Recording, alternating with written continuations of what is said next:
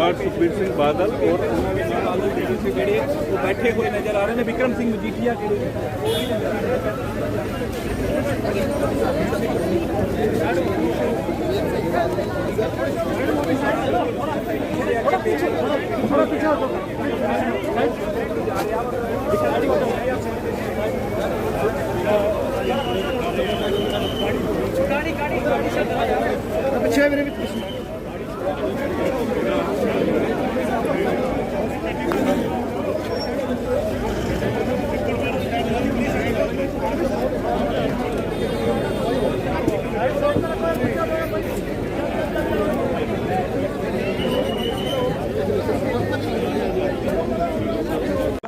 Message आउंदा ते मैं बैठा था। दौड़ा साइड ते प्लीज गड्डी साहब दी गड्डी कढा दी गड्डी गड्डी आ पिछों मड़ा साइड ते गड्डी कढा दी पहले इधर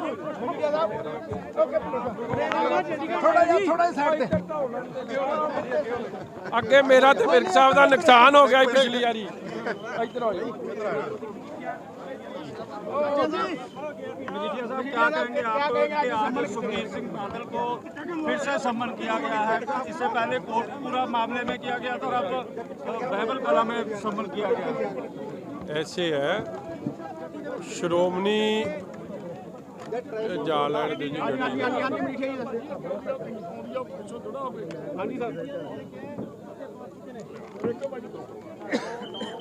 श्रोमणी अकाली दल ਦੀ ਸਮੁੱਚੀ ਲੀਡਰਸ਼ਿਪ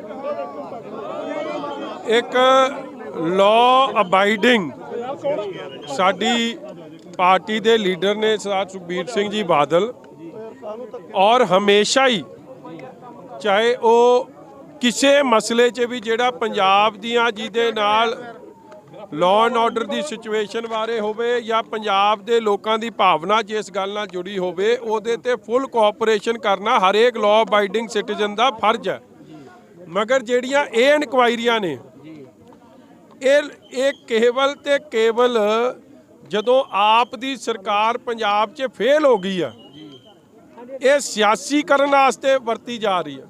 ਪਿਛਲੀ ਵੀ SIT ਬਣੀ ਸੀ ਜਿਹਦੇ ਪ੍ਰਬੋਧ ਕੁਮਾਰ ਜੀ DGP ਹੈੱਡ ਸਨ, ਅਰੁਣਪਾਲ ਜੀ ਉਹਦੇ ਦੂਜੇ ਨੰਬਰ ਦੇ ਮੈਂਬਰ ਸੀ, 3 ਮੈਂਬਰ ਹੋਰ ਸੀ।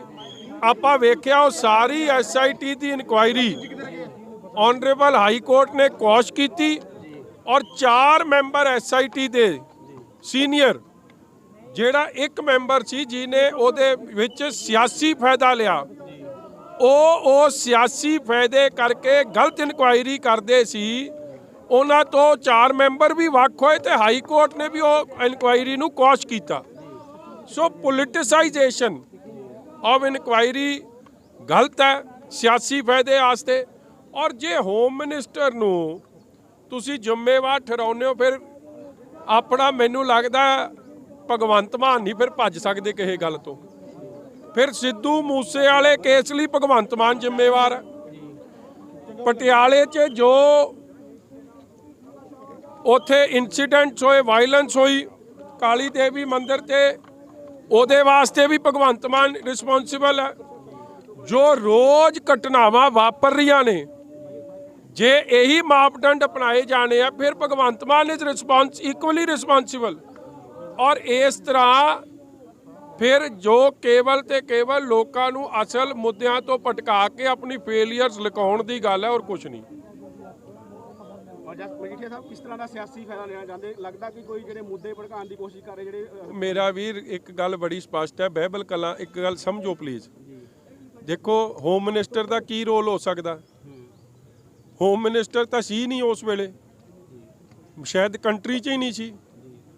ਅੱਜ ਜੋ ਇਨਸੀਡੈਂਟ ਹੋਇਆ ਉਹ ਬਹਿਬਲ ਕਲਾਂ 'ਚ ਹੋਇਆ। ਤੁਸੀਂ ਹਾਊ ਕੈਨ ਤੁਸੀਂ ਮੁੱਖ ਮੰਤਰੀ ਜਾਂ ਹੋਮ ਮਿਨਿਸਟਰ ਨੂੰ ਮੈਂ ਤਾਂ ਸਿੰਪਲ ਗੱਲ ਕਹਿ ਰਿਹਾ ਜੇ ਇਸ ਤਰ੍ਹਾਂ ਰਿਸਪੌਂਸਿਬਲ ਠਹਿਰਾਉਣਾ ਫਿਰ ਭਗਵੰਤ ਮਾਨ ਕਿਵੇਂ ਭੱਜ ਸਕਦੇ ਆਪਣੀ ਜ਼ਿੰਮੇਵਾਰੀ 'ਚ? ਇਹਨਾਂ ਨੇ ਤਾਂ ਮੂਸੇ ਵਾਲੇ ਦੀ ਸਿਕਿਉਰਿਟੀ ਵਿਡਰਾਅ ਕਰਕੇ ਇਸ਼ਤਿਹਾਰ ਦਿੱਤਾ 3 ਕਰੋੜ ਦਾ। ਠੀਕ ਹੈ ਜੀ, ਆਪਣੇ ਆਪ ਦੇ ਟਵਿੱਟਰ ਹੈਂਡਲ ਤੇ ਚੜਾਇਆ ਕਿ ਅਸੀਂ ਸਿਕਿਉਰਿਟੀ ਵਿਡਰਾਅ ਕਰਤੀ ਹੈ, ਉਹਨਾਂ ਦੀ ਜਾਨ ਚਲੀ ਗਈ। ਜੇ ਇਹੀ ਮਾਪਦੰਡ ਅਪਣਾਉਣੇ ਆ, ਜੇ ਅੱਜ ਭਾਵਰੇ ਨੂੰ ਡੀਜੀਪੀ ਸਾਹਿਬ ਨੂੰ ਸ਼ੋ ਕਾਜ਼ ਨੋਟਿਸ ਤੁਸੀਂ ਇਸ਼ੂ ਕਰ ਰਹੇ ਹੋ, ਫਿਰ ਅਸਲ ਸ਼ੋ ਕਾਜ਼ ਨੋਟਿਸ ਦਾ ਇਸ਼ੂ ਹੋਣਾ ਜੇ ਭਾਵਰਾ ਜੀ ਨੇ ਆਪਦੀ ਵੈਬਸਾਈਟ ਤੇ ਥੋੜੀ ਚੜਾਇਆ ਸੀ, ਆਪ ਨੇ ਚੜਾਇਆ ਸੀ। ਇਸ ਲਈ ਮੈਂ ਕਹਿ ਰਿਹਾ ਕਿ ਹਾਂ, ਸਹੀ ਗੱਲ ਸਾਹਮਣੇ ਆਵੇ, ਸੱਚ ਸਾਹਮਣੇ ਆਵੇ, ਉਹ ਤਾਂ ਠੀਕ ਹੈ, ਮਗਰ ਜੇ ਕੱਲਾ ਸਿਆਸੀ ਕੰਮ ਕਰਨਾ ਜੋ ਪਹਿਲਾਂ ਕਾਂਗਰਸ ਨੇ ਕੀਤਾ, ਅੱਜ ਤੁਸੀਂ ਕਰ ਰਹੇ ਹੋ, ਕਿਉਂਕਿ ਤੁਸੀਂ ਸਮਝਦੇ ਹੋ ਪ੍ਰਾਪਤੀ ਤਾਂ ਸਾਡੀ ਕੋਈ ਹੈ ਨਹੀਂ, ਲੋਕ ਸਾਨੂੰ ਸਵਾਲ ਕਰ ਰਹੇ ਆ, ਫਿਰ ਇਹ ਗੱਲ ਯਾਦ ਰੱਖਿਓ कि जिम्मेदार तुसी भी फिर होनी है। ये जो पॉलिटिकल वेंडेटा ही है जो इसके लिए आप जो और सुखबीर सिंह बादल खासकर अकाली दल को निशाना बनाया जाता है। मैं सारी बात बोल दीजिए, अब आप पूछ रहे हो राम जी कौन थे। से पहले कोर्ट को पूरा इंसिडेंट में यहाँ पे सम्मन किया गया था और उसके बाद डेट डेफर कर दी गई थी और 15 तारीख कोर्ट को पूरा की यार प्लीज अंडरस्टैंड वन थिंग, दो तुसी मैं वही बता रहा हूँ जी, आप हाँ बिल बहुत बढ़िया बात करी जी। असल में दो अलग अलग नहीं, तीन अलग अलग है। देखो, एक बेअदबी के इंसिडेंट थे, हमेशा श्रोमणी अकाली दल ने कहा कि बेअदबी के हमारी सरकार होए, बेअदबी अगर उस वक्त हुई सरकार को, उसमें सबसे बड़ा नुकसान तो सरकार को हुआ। और बेअदबी में पॉलिटिक्स बहुत बड़े पद्धर पे हुई, कांग्रेस ने भी करी, आपने भी करी। भगवंत मान साहब की वो वीडियो हम क्यों भूलते हैं, जब उधर बहुत बड़ा कट हुआ था, ये उस वक्त किस हालात में गुरु की हाजिरी में गए थे लोग इनके पीछे पे, वो भी एक सच्चाई थी। मगर उनके चलान पेश हो गए और वो चलान में स्पष्ट हो गया कि श्रोमणी अकाली दल के किसी लीडर का कोई रोल नहीं, और अभी पेश हुए हैं आपकी सरकार के नीचे। अब बात आ गई फायरिंग की, कोर्ट को पूरे की फायरिंग की। पहले भी SIT जो बनी थी उसमें DGP हेड थे, अब तो ऑफिसर उससे छोटे लेवल के हैं, मगर उस वक्त भी जो कोर्ट कपूरे में फायरिंग हुई उधर किसी की डेथ नहीं हुई, और ना CM या उप मुख्यमंत्री या होम मिनिस्टर उधर हाजिर नहीं थे, ना बहबल कला में थे। हाँ, बड़ा दुखदाई इंसिडेंट होया, किसी की जान नहीं जानी चाहिए, जो गई उसके लिए जो जिम्मेवार है उन पे कार्रवाई होए। हमने भी पर्चा दिया था, कांग्रेस ने कम करके, हमने 11 लोगों को दिया, उन्होंने कम करके 4 लोगों पे कर दिया। मगर आज भी मैं तो एक मोटी सी बात कर रहा हूँ, ये सब जो सियासी ड्रामा आप रच रही है, ये याद रखें कि वो भी फिर इसी चक्कर में फंस जाएंगे। फिर सिद्धू मूसेवाले की डेथ के लिए जिम्मेवार सीधे और सीधे भगवंत मान साहब हैं और कोई नहीं है। जो पटियाले में इंसिडेंट हुए उसके लिए सीधे जिम्मेवार भगवंत मान साहब हैं, या जो और इंसिडेंट रोज वापर रहे हैं पंजाब में, फिर उसके लिए जिम्मेवार भगवंत मान साहब हैं। फिर ये तो दो मापदंड नहीं ना हो सकते। फिर होम मिनिस्टर ही अगर रिस्पॉन्सिबल है हर चीज़ के लिए, फिर अपनी जिम्मेवारी से ना भागें, क्योंकि इसमें तो और बड़ी गलती करी है भगवंत मान ने। इश्तिहार दे दिया आपकी सिक्योरिटी का, जब सिद्धू मूसेवाले की सिक्योरिटी विड्रॉ हुई तो इश्तिहार दे दिया, मुड़ के हाई कोर्ट में जाके कह दिया कि हमने तो टेम्पररी विड्रॉ किया था। फिर करोड़ों का लोगों का इश्तिहार क्यों दे दिया, उसकी जान क्यों गई। और भावरा जी नू कला शोकाज नोटिस नहीं, फिर शोकाज तो भगवंत मान साहब की भी SIT बन जानी चाहिए। ਕਹਿੰਦੇ ਨਿਰਪੱਖ ਜਾਂਚ ਹੋਗੀ ਮਜੀਠੀਆ ਸਾਹਿਬ, ਹੁਣ ਕਹਿੰਦੇ ਕਿ ਪਹਿਲਾਂ ਨਹੀਂ ਹੁੰਦਾ ਸੀ, ਪਹਿਲਾਂ ਸਿਆਸੀ ਇੱਕ ਦੂਜੇ ਦਾ ਜਿਹੜਾ ਬਚਾ ਲੈਂਦਾ ਸੀ। ਭਰਾਵਾ ਨਿਰਪੱਖ, ਤੂੰ ਮੈਨੂੰ ਇੱਕ ਗੱਲ ਦੱਸ ਦਿਓ, ਨਿਰਪੱਖ ਹੋਵੇ ਬਹੁਤ ਚੰਗੀ ਗੱਲ ਹੈ, ਮਗਰ ਕੀ ਇਹ ਦੱਸ ਦੇਣ ਮੌਕੇ ਤੇ ਹੋਮ ਮਿਨਿਸਟਰ ਇੱਕ ਇਨਸੀਡੈਂਟ ਕੀ ਹੈ। ਇਹ ਇਨਸੀਡੈਂਟ ਹੈ ਦੋ ਲੋਕਾਂ ਦੀ ਜਦੋਂ ਦੁਖਦਾਈ ਉੱਥੇ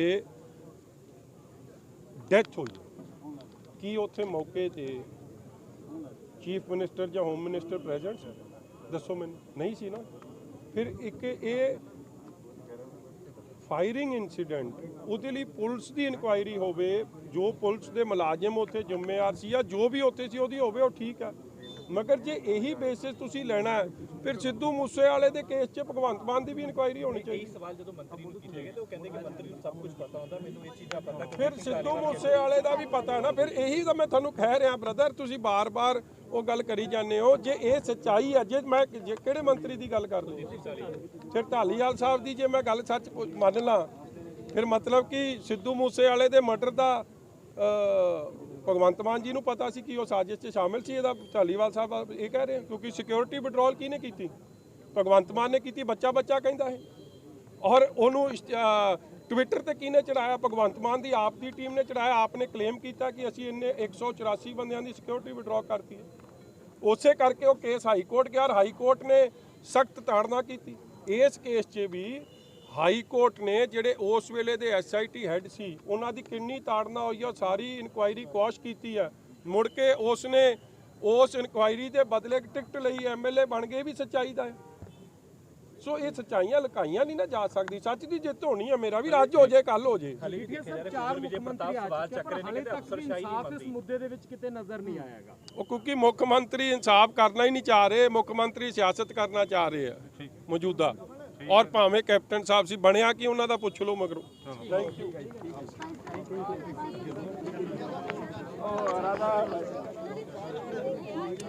ਇੱਕ ਮਿੰਟ ਦੇਖੋ।